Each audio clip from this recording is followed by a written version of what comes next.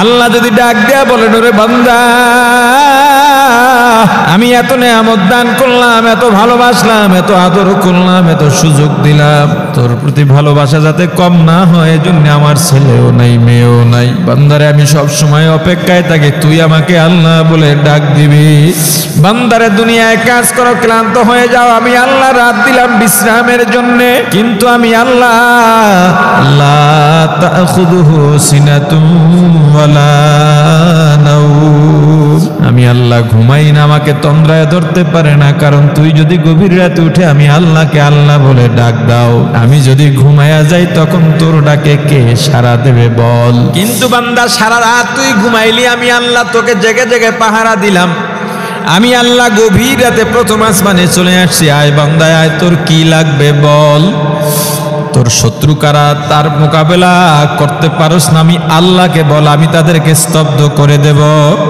তোর মনে যত দুঃখ আছে আমি আল্লাহকে বল, আমি আল্লাহ তোর দুঃখ দূর করে দেব।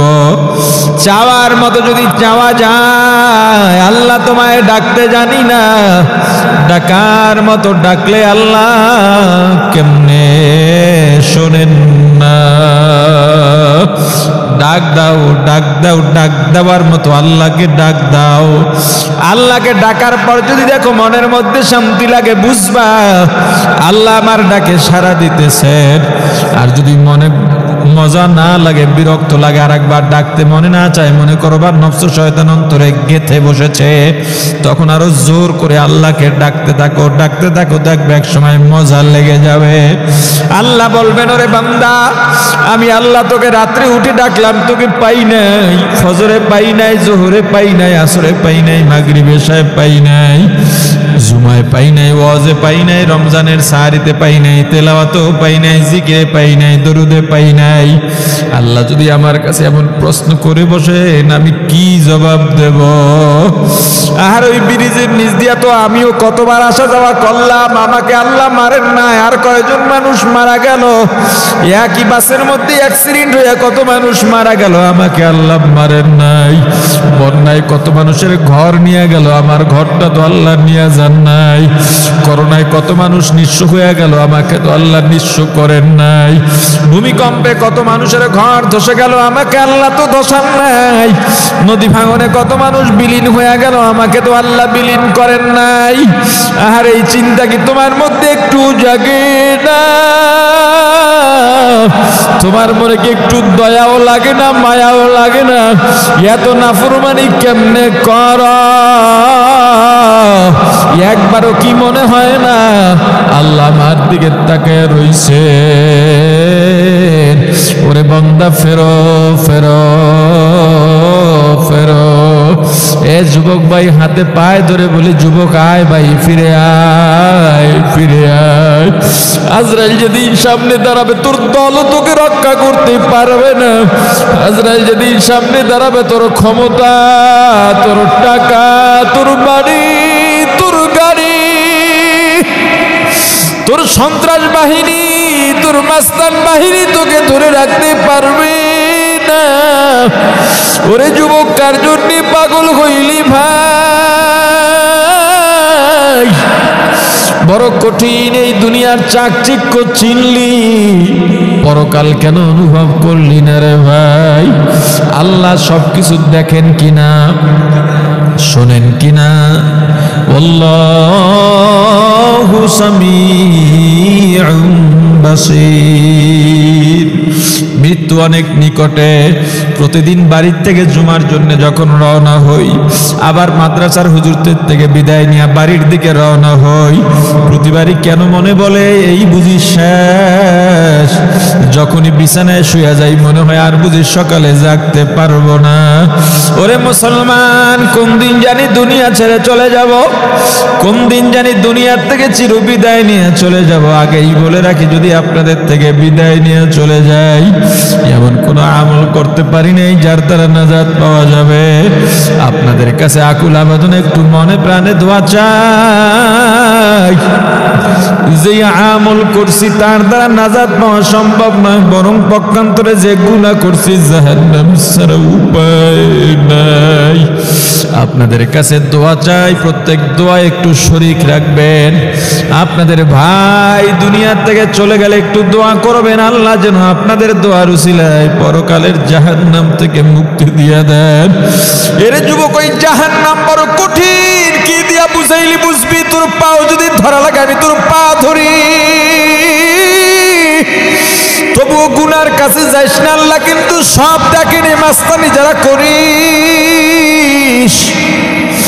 অন্যের হক নষ্ট করিস, ক্ষমতার দাপট দেখাইয়া, টাকা পয়সার দাপট দেখাইয়া, দলের দাপট দেখাইয়া, যৌবনের দাপট দেখাইয়া, নিজের বংশের দাপট দেখায় যে অত্যাচার অবিচার করিস রে যুবক, বাইরে তোরা হাতে পায়ে ধরে বলে এগুলো করিস না, করিস না, করিস না। মৃত্যু যেহেতু সত্য, পরকাল যেহেতু সত্য, ওরে যুবক স্থায়ী যেহেতু থাকতে পারবি না, আল্লাহ যে আছেন অনুভব কর। মান খাফা মাকামা রাব্বি, আল্লাহর উপস্থিতিকে ভয় কর। দুনিয়ায় যখনই গুনাহ করতে যাইবা, গুনার আগে চিন্তা করো আল্লাহ দেখতেছেন। দুনিয়ার কেউ সাক্ষী নেই, কে সাক্ষী থাকবেন? কিয়ামতের ময়দানে চাপা দিয়া চলবা, হবে না, হবে না। আল্লাহ চাপাটা বন্ধ করে দেবেন। আল ইয়াউমা নাখতিমু আলা আফওয়াহিহিম ওয়া তুকাল্লিমুনা আইদিহিম ওয়া তাশহাদু আরজুলুহুম বিমা কানু ইয়াকসিবুন। ওরে বান্দা, জবানটা সেদিন বন্ধ হয়ে যাবে, আল্লাহ জবানে মোহর মেরে দেবেন। জবান দিয়া চাইলেও চাপাবাজি করতে পারবা না। হাত কথা বলবে, পা সাক্ষ্য দিবে, অঙ্গ প্রত্যঙ্গ কথা বলতে থাকবে। মিথ্যা বলারও সুযোগ থাকবে না, পালাবারও সুযোগ থাকবে না, ভেগে যাওয়ারও সুযোগ থাকবে না। অতএব তুমি সেদিন বলবা, ওরে হাত, আমি তো তোকে সাবান দিয়া কত পরিপাটি করলাম, তোকে আমি কত সুন্দরভাবে সাজাইলাম।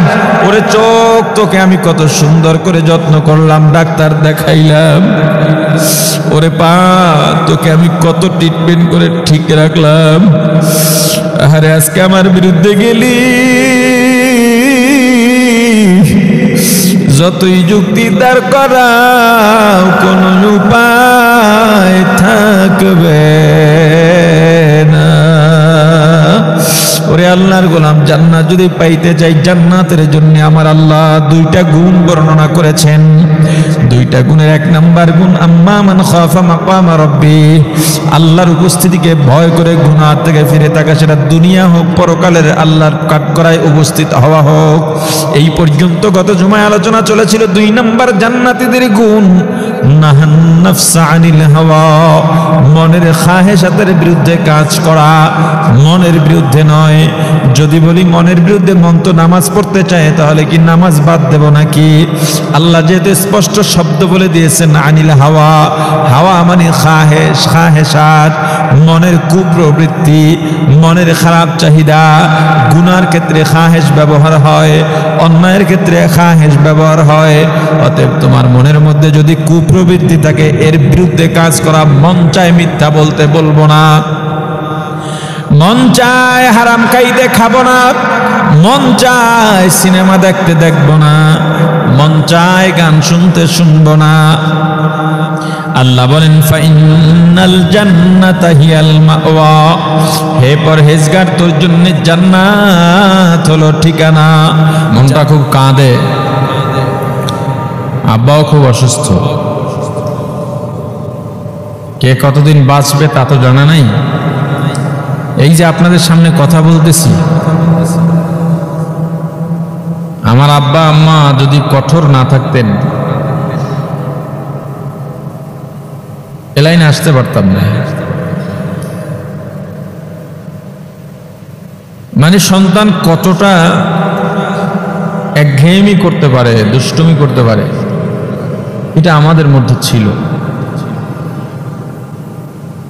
অন্যান্য বাবা মারা আমরা যে দুষ্টুমি করেছি, মাদ্রাসায় যেতে চাইনি, পড়তে চাইনি। এরকম আমাদের 100 ভাগের 1 ভাগ তালবাহানা করলেও অতিষ্ঠ হয়ে বলে ফেলতেন বা বলেছেন অনেকে, যা তোদের আর লেখাপড়া করা লাগবে না। আমার বাবার একটা কথাই ছিল, নিজে আলেম হতে পারিনি, কিন্তু তোদের কারণে এখন জাহান্নামে যেতে হবে, এই ছাড় আমি দেব না। মাদ্রাসা থেকে বাড়ি গেলে নামাজ না পড়লে খানা বন্ধ থাকতো। এই যে পাঞ্জাবি যেটাকে বলি পাশফাড়া, এই পাশফাড়া জামা গায়ে দেওয়া গুনাহ না, কিন্তু ছাত্র সময় বাবা এটা পড়তে দেন নাই। বাবার কথা ছিল এটা পড়া জায়েজ না জায়েজের ব্যাপার না, এটা একটা সামাজিকতা বা ইসলামের ছোট থেকে গড়ে ওঠার জন্যে, গড়াবার জন্যে কিছু শিক্ষা থাকে। যেমন আমরা মাদ্রাসায় ছাত্রদেরকে তাহাজ্জুদ বাধ্যতামূলক করি। আসলে কি তাহাজ্জুদ বাধ্যতা করা জায়েজ আছে? কিন্তু শিক্ষকের জন্য ছাত্রের প্রতি জায়েজ আছে, ছাত্রকে গড়াবার জন্যে। আমরা যখন কোরআন সহির জন্য পড়েছি তখন আইন এটাকে আরো চাপ দিয়ে বেশি পড়ানো হতো। ওইভাবে যদি এখন পড়ি কারি সাহেবরা বলবে এত জোর জবরদস্তি করে আইনের উচ্চারণ করার দরকার নেই। কিন্তু ওস্তাদরা বলতেন এখন একটু কঠোর করে বললে তুমি সামনে ইজিভাবে পড়তে পারবা। একটা সিস্টেমে নিয়ে আসার জন্যে আব্বা এই ফাড়া জামা আমাদেরকে কোনোদিনও বানিয়ে দেননি। আব্বার যুক্তি ছিল গোল জামা যদি থাকে নিসফ শাক, এই গোল জামা গায়ে দিয়ে তুই সিনেমায় যাইতে পারতি না, কিন্তু ফাড়া জামা গায়ে দিয়ে অনেকেই যায়। এই যে কলারটা আছে ব্যান কলার, এটা আমরা বড় হইছি যখন মনে করছি এখন আব্বা কিছু বলবেন না, তখন থেকে এই কলার জামা পরা শুরু করেছি। ছাত্র সময় কখন এই কলার জামাও পরতে দেন নাই। এটা তার পরহেজগারি, এটা তার তাকওয়া। এই জায়গায় জায়েজ না জায়েজের ফতোয়া আনাটা ভুল। এতটা গাইড করেছেন, এতটা স্বচ্ছ তিনি থেকেছেন, আমাদেরকে শিক্ষা দিয়েছেন। আমার মাছ ধরার খুব শখ ছিল, এখনো আছে। মাদ্রাসার থেকে বাড়িতে গেলে এখন যে মৌসুমটা আমাদের অঞ্চলে এখন হলো ধান রোপণ করে, এটা এখন বৃষ্টি চলতেছে আমাদের অঞ্চলে, সব জায়গায় চলে, কিন্তু আমাদের উপকূলীয় অঞ্চল হিসেবে মাঝে মাঝে ঝড়, এখন নাকি অনেক বাতাস চলতেছে। আমিও দেখে আসছি প্রচন্ড বাতাস, বৃষ্টি। তো আর 1-2 মাস যাওয়ার পরে যখন রোয়া বলে আমাদের অঞ্চলে ধানের গুচিটাকে, এটা যখন বড় হয় তখন পানি থাকে, ধান ওঠে না, শুধু রোয়াটা উঠছে। এর মধ্যে আমরা কারেন্ট জাল পাততাম, বড়শি পাততাম, রেখে আসতাম, সকালে গিয়ে নিয়ে আসতাম। মাদ্রাসা থেকে গিয়ে বড়শি পেতে আসছি। আব্বা ফজরের নামাজের পরে জিকির করতেন, এখনো করেন, জিকির করতেন, ইশরাক নামাজ পড়তেন। তো পশ্চিম দিকে ফিরে পড়তেন। ওদিন উল্টা দিকে দরজায় বের হয়ে বসে আছেন, আমি তো মাছ নিয়ে আসছি, আনন্দে মাছ পাইছি, অনেক মাছ, মাগুর মাছ, শিং মাছ। আব্বা আম্মাকে ডাকলেন, এদিকে আসেন। আপনি করে যেহেতু বলছেন আদরের হতে পারে, ঢক ভালো নাও হতে পারে। মা এসে পেছনে দাঁড়ালেন।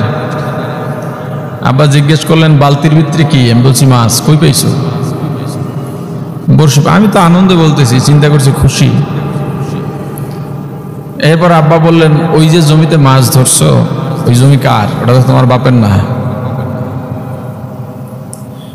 মাদ্রাসায় পড়ো, না জিজ্ঞেস করে এক জায়গায় মাছ ধরলা। যাই হোক, পরে বললেন এটা তোমার চাচার, আমার আপন মেজো চাচার। বলেন তাদের বাড়িতে নিয়ে যাও, গিয়া বলো অনুমতি ছাড়া মাছ ধরছে, এই যে আপনার মাছ। এরপর সে বলে তুমি নিয়ে যাও, তারপরে নিয়ে এসো। একটা কথা বলে দিয়েছেন, এক সময় মাজুর হব, যেমন এখন আমার আব্বা আম্মা মাজুর। তখন হয়তো নিজে কামাই করতে পারবো না, এরপরে এখনো আব্বা আম্মা কিন্তু আমাদের কামাই খান না। আমরা 2-4 টাকা দিলে সেটা ভিন্ন হিসাব, ওই আমাদের আশায় থাকেন না। যে যেদিন 1 টাকা হারাম কামাই করবি ওদিন আমার ঘরেও ঢুকবি না, তোদের কোনো আমার অজান্তে একটা পয়সা যেন আমার ভিতরে না ঢোকে, আমার ভিতরে যেন কোনো হারাম না ঢোকে। এই আব্বা আম্মার উসিলায় আসলে আজকে আপনাদের এখানে বসতে পারছি। কত মাদ্রাসা যে পলাইছি, মাদ্রাসার ছাইড়া কোনো কাজ হয় নাই।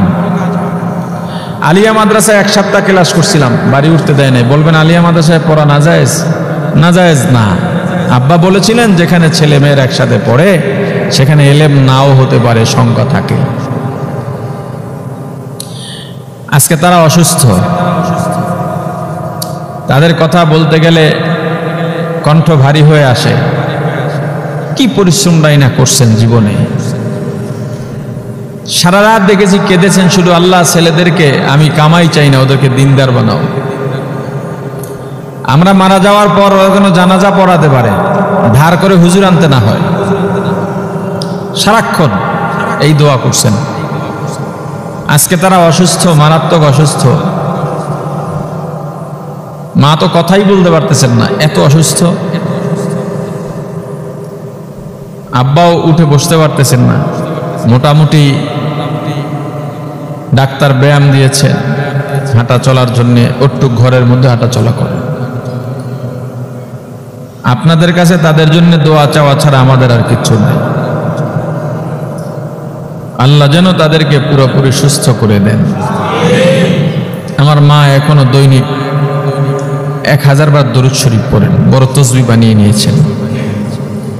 দিনদারি কি এটা আসলে মাদ্রাসার থেকে শিখিনি, এটাই সত্য। দিনদারির মূল স্পিরিটটা আমরা আমাদের মা বাবার থেকে শিখেছি। নামাজের ইহতিমাম কি আমার বাবার দিকে তাকিয়ে আমরা শিখেছি। এখনো বাবার 2 রাকাত নামাজ পড়তে আমাদের 10 রাকাতের সমান সময় লাগে। আল্লাহ এই নেয়ামতকে আমাদের মাঝ থেকে যেন না হারিয়ে যায়। আপনাদের কাছে দোয়া চাই। মা বাবার ছায়া বড় ভারী ছায়া। দুনিয়া তোরা যত সুনাম থাকুক না কেন,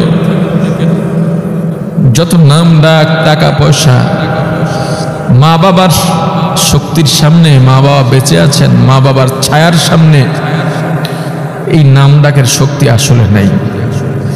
এগুলো হারে হারে টের পাচ্ছি। হয়তো আল্লাহ না করুন যদি তাদেরকে আমাদের আগে দুনিয়া থেকে নিয়ে যান, তখন আরো টের পাব। অসুস্থর কারণে আব্বা আম্মা এই মাত্র 1 সপ্তাহ বাড়িতে নেই, ঢাকা আসছেন, ভাইদের বাসায় আছেন। আমি বাড়িতে ওই গিয়ে মার সাথে আব্বার সঙ্গে দেখা করে আসতাম, বা আব্বা আসতেন। 1 সপ্তাহ নাই, মনে হয় যেন আমার এলাকাটা পুরা খালি, আমি শক্তি পাচ্ছি না। আমি আপনাদের কাছে দোয়া চাই, আরো যাদের মা বাবা আছে আল্লাহ যেন সবার মা বাবাকে সুস্থতার সঙ্গে হায়াতে তৈয়বা দান করেন।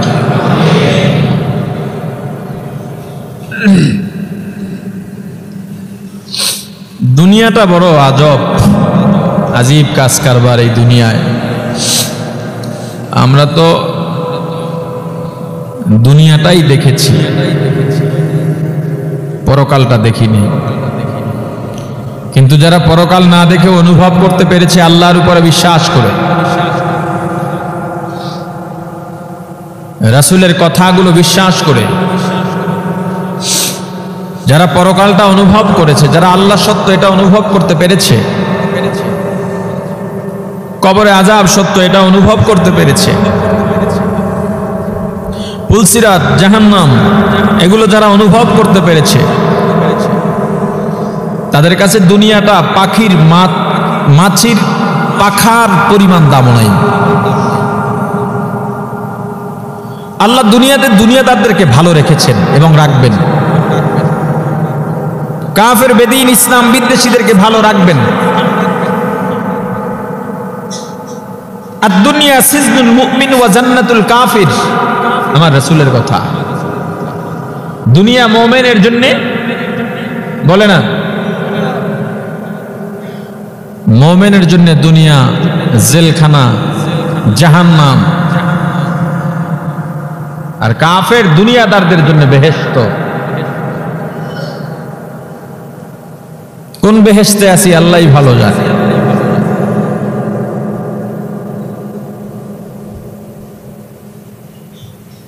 যারা মুমিন তারা দুনিয়ার আরাম আয়েশের দিকে লোভনীয় নজরে তাকায় না। দুনিয়া আসছে তো পেছনে ঘোরো, আমার সামনে নয়। قال النبي صلى الله عليه وسلم كن في الدنيا كأنك غريب أو عابر سبيل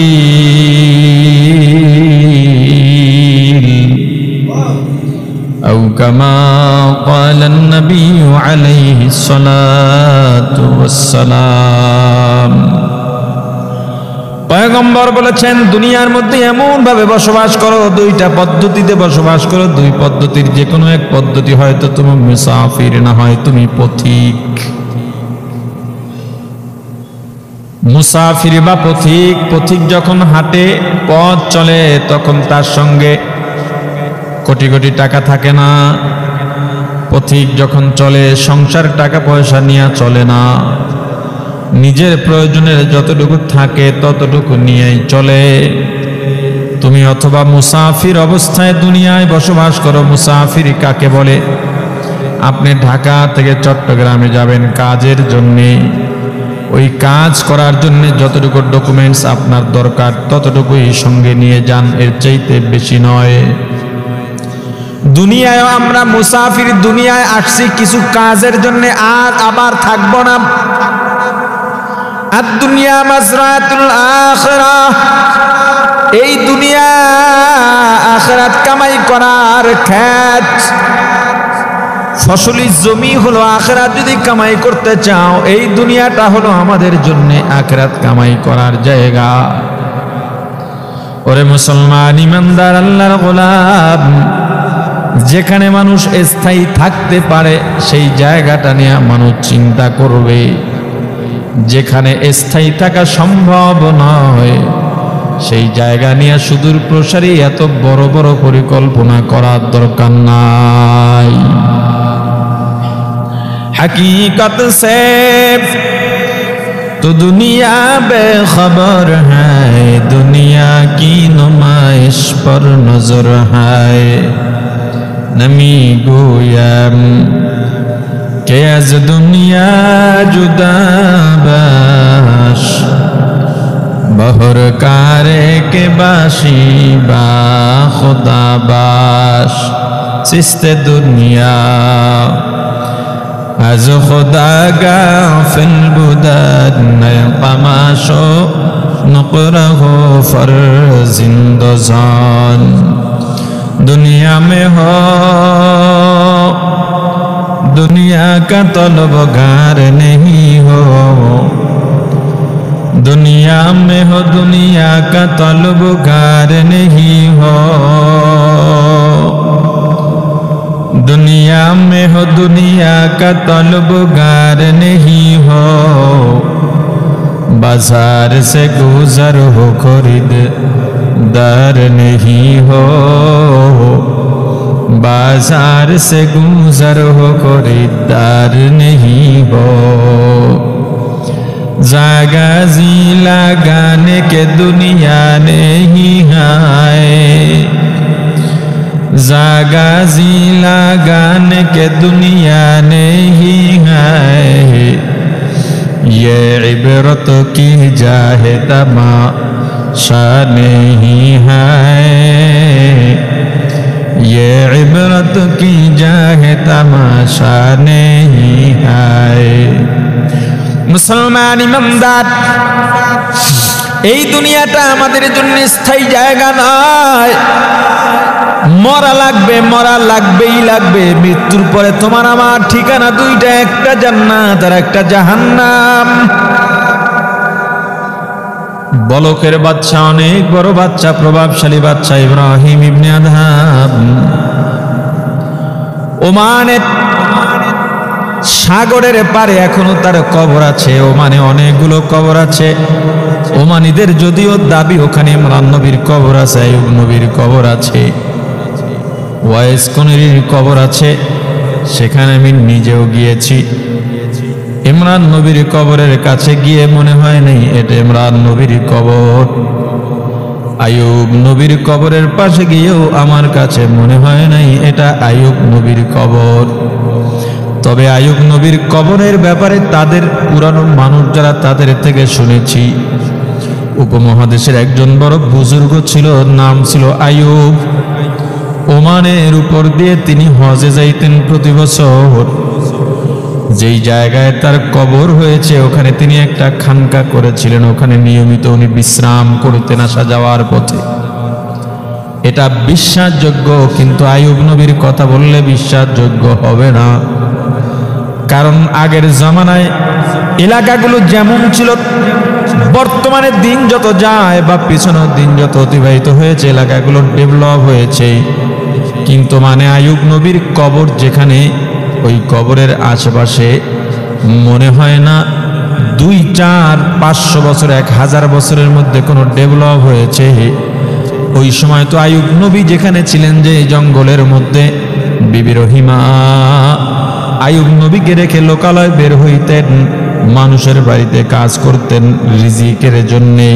কিন্তু যেখানে আইয়ুবের কবর আছে তাদের দাবি অনুযায়ী ওই জায়গার আশেপাশের মধ্যে কোনো বাড়ি ঘর নাই তো নাই, এত জঙ্গল আর এত নিচা নিচা বড় বড় গর্ত বা খালের মতো,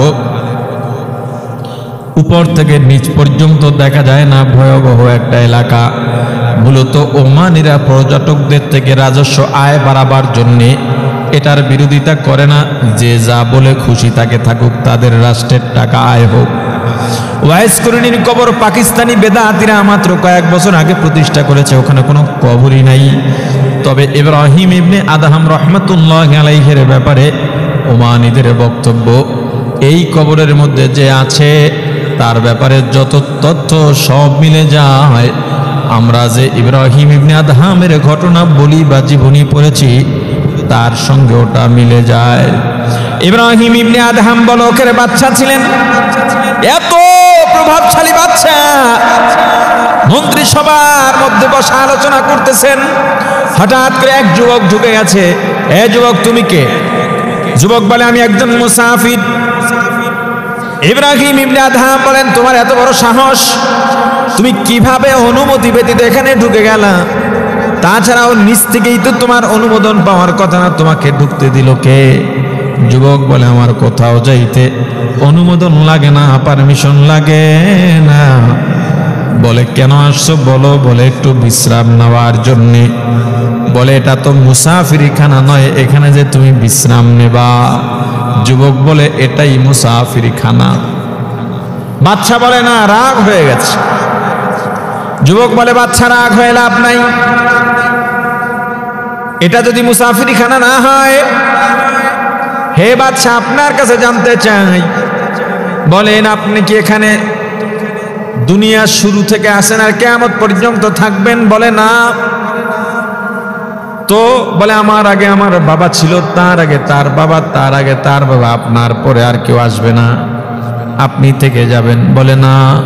তো বলে আমার পরে আমার ছেলে আসবে বা যোগ্য কেউ আসবে, তারপরে অন্য কেউ আসবে। যুবক বলে বাচ্চা তার মানে একটা কথা তো দাঁড়ালো, এখানে স্থায়ী কেউ থাকতে পারবে না? বলে না। ওরে বাচ্চা, স্থায়ী যেখানে থাকা যায় না সেটা মুসাফিরি খানা ছাড়া আর কিছু হতে পারে না।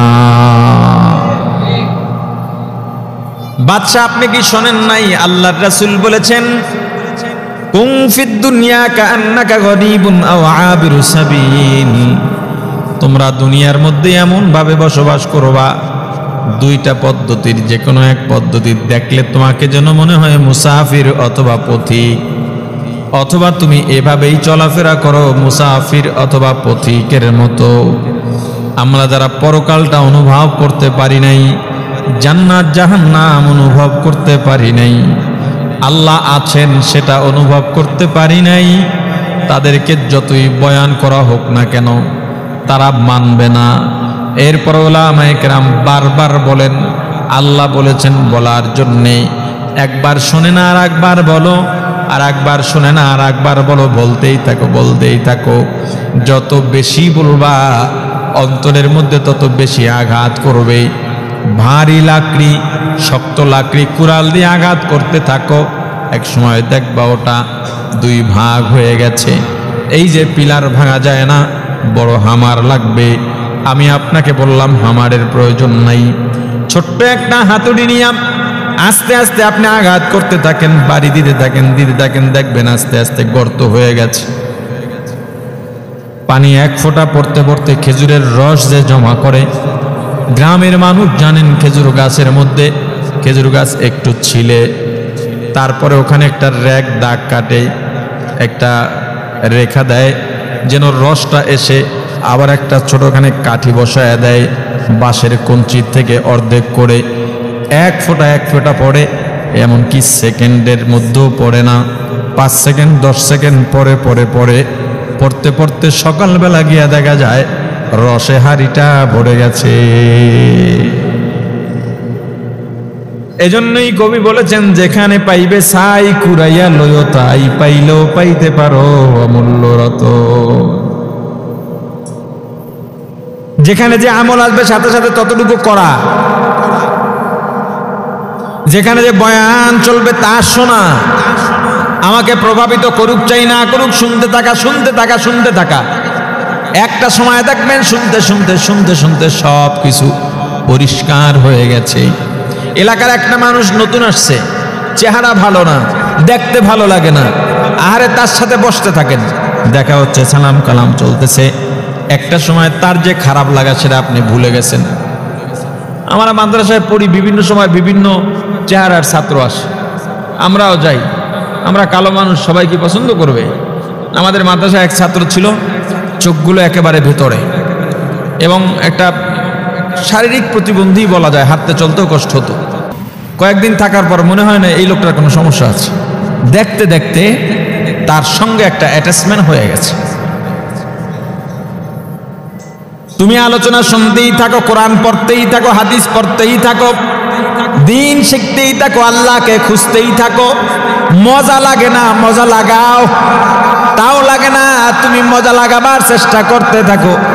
একটা সময় যদি আল্লাহ কবুল করেই বসেন, তোমার চক্ষু দিয়া 2 ফোঁটা চোখের পানি পড়ে যায়, দেখবা এত মজা লাগছে জীবনে তোমার বড় কোনো খুশির খবরও এত মজা লাগে না। চিনতে পারা, অনেক সময় মানুষ হয় কি, একজনকে ভুল বুঝে আঘাত করা, মন্দ বলা, বিপদে ফালানো, যত ক্ষতি করা যায় এই চিন্তা লালন করতে করতে হঠাৎ করে জানলাম এই লোকটা তো আসলে আমার ক্ষতি করে নাই, বরং তার দ্বারা আমার উপকারী হয়েছে। মনুষ্যত্ব বোধ যাদের মধ্যে আছে দেখবেন তার কাছে গিয়ে কান্না শুরু করে, আরে ভাই আপনার চিনতে পারিনি। ওই যে ঘৃণাটা সব ভালোবাসায় রূপান্তর হয়ে গেছে। দুনিয়ার মানুষের ক্ষেত্রে যদি এমন হয়, তুমি আল্লাহর ক্ষেত্রে কেন পারছো না? তুমি আল্লাহকে চাও না, অথচ আল্লাহর বানানো জান্নাতের মালিক হইতে চাও। এতই কি সহজ? আল্লাহকে এতই ঠেকা?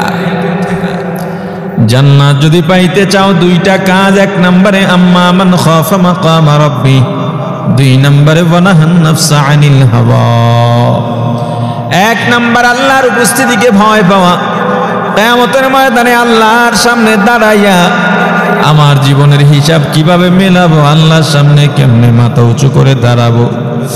আল্লাহ যদি ডাক দেয়া বলেন, ওরে বান্দা আমি এত নেয়ামত দান করলাম, এত ভালোবাসলাম, এত আদর করলাম, এত সুযোগ দিলাম, তোর প্রতি ভালোবাসা যাতে কম না হয় এজন্য আমার ছেলেও নাই মেয়েও নাই। বান্দারে আমি সব সময় অপেক্ষায় থাকি তুই আমাকে আল্লাহ বলে ডাক দিবি।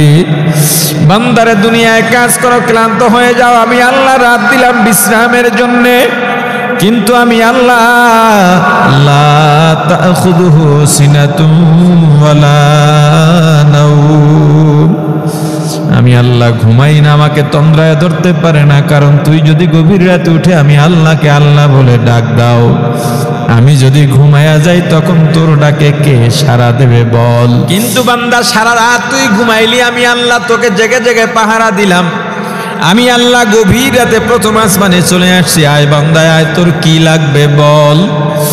তোর শত্রু কারা, তার মোকাবেলা করতে পারোস না, আমি আল্লাহকে বল, আমি তাদেরকে স্তব্ধ করে দেব। তোর মনে যত দুঃখ আছে আমি আল্লাহকে বল, আমি আল্লাহ তোর দুঃখ দূর করে দেব। চাওয়ার মতো যদি চাওয়া যায়, আল্লাহ তোমায় ডাকতে জানি না, ডাকার মতো ডাকলে আল্লাহ কেমনে শোনেন। না। ডাক দাও, ডাক দাও, ডাক দেওয়ার মতো আল্লাহকে ডাক দাও। আল্লাহকে ডাকার পর যদি দেখো মনের মধ্যে শান্তি লাগে, বুঝবা আল্লাহ আমার ডাকে সাড়া দিতেছেন। আর যদি মনে মজা না লাগে, বিরক্ত লাগে, আর একবার ডাকতে মনে না চায়, মনে করবার নফস শয়তান অন্তরে গেথে বসেছে, তখন আরো জোর করে আল্লাহকে ডাকতে থাকো, ডাকতে থাকো, দেখবে এক সময় মজা লেগে যাবে। আল্লাহ বলবেন, ওরে বান্দা, আমি আল্লাহ তোকে রাত্রে উঠে ডাকলাম, তোকে পাই নাই, ফজরে পাই নাই, জোহরে পাই নাই, আসরে পাই নাই, মাগরিবে এশায় পাই নাই, জুমায় পাই নাই, ওয়াজে পাই নাই, রমজানের সাহারিতে পাই নাই, তেলাওয়াতেও পাই নাই, জিকিরে পাই নাই, দরুদে পাই নাই। আল্লাহ যদি আমার কাছে এমন প্রশ্ন করে বসেন, আমি কি জবাব দেব? আর ওই ব্রিজের নিচ দিয়া তো আমিও কতবার আসা যাওয়া করলাম, আমাকে আল্লাহ মারেন নাই। আর কয়জন মানুষ মারা গেল, একই বাসের মধ্যে অ্যাক্সিডেন্ট হয়ে কত মানুষ মারা গেল, আমাকে আল্লাহ মারেন নাই। বন্যায় কত মানুষের ঘর নিয়ে গেল, আমার ঘরটা তো আল্লাহ নিয়ে যান নাই। করোনায় কত মানুষ নিঃস্ব হয়ে গেল, আমাকে তো আল্লাহ নিঃস্ব করেন নাই। ভূমিকম্পে কত মানুষের ঘর ধসে গেল, আমাকে আল্লাহ তো ধসান নাই। নদী ভাঙনে কত মানুষ বিলীন হয়ে গেল, আমাকে তো আল্লাহ বিলীন করেন নাই। আর এই চিন্তা কি তোমার মধ্যে একটু জাগে না? তোমার মনে কি একটু দয়াও লাগে না, মায়াও লাগে না? এত নাফরমানি কেমনে কর? একবারও কি মনে হয় না আল্লাহ আমার দিকে তাকায় রইছে? ওরে বান্দা, ফেরো ফেরো ফেরো। এ যুবক ভাই, হাতে পায়ে ধরে বলি, যুবক আয় ভাই, ফিরে আয়, ফিরে আয়। আজরাইল যেদিন সামনে দাঁড়াবে, তোর দল তোকে রক্ষা করতে পারবে না। আজরাইল যেদিন সামনে দাঁড়াবে, তোর ক্ষমতা, তোর টাকা, তোর বাড়ি, তোর গাড়ি, তোর সন্ত্রাস বাহিনী, তোর মাস্তান বাহিনী তোকে ধরে রাখতে পারবে না। ওরে যুবক, কার জন্য পাগল হইলি ভাই? বড় কঠিন এই দুনিয়ার চাকচিক্য চিনলি, পরকাল কেন অনুভব করলি না রে ভাই? আল্লাহ সবকিছু দেখেন কিনা, শোনেন কিনা? আল্লাহু সামিউম বাসীর। মৃত্যু অনেক নিকটে। প্রতিদিন বাড়ির থেকে জুমার জন্য যখন রওনা হই, আবার মাদ্রাসার হুজুরদের থেকে বিদায় নিয়ে বাড়ির দিকে রওনা হই, প্রতিবারই কেন মনে বলে এই বুঝি শেষ।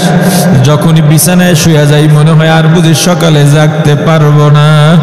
ওরে মুসলমান, কোন দিন জানি দুনিয়া ছেড়ে চলে যাব, কোন দিন জানি দুনিয়ার থেকে চির বিদায় নিয়ে চলে যাব। আগেই বলে রাখি, যদি আপনাদের থেকে বিদায় নিয়ে চলে যাই, এমন কোন আমল করতে পারি নাই যার দ্বারা নাজাত পাওয়া যাবে।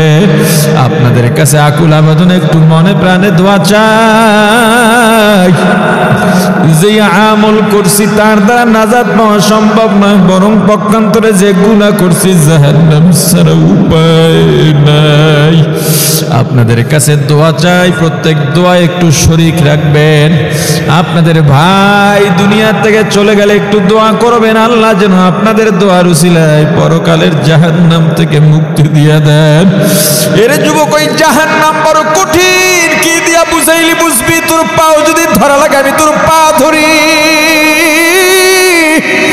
তবুও গুনার কাছে যাইস না। আল্লাহ কিন্তু সব দেখেনি। মাস্তানি যারা করিস,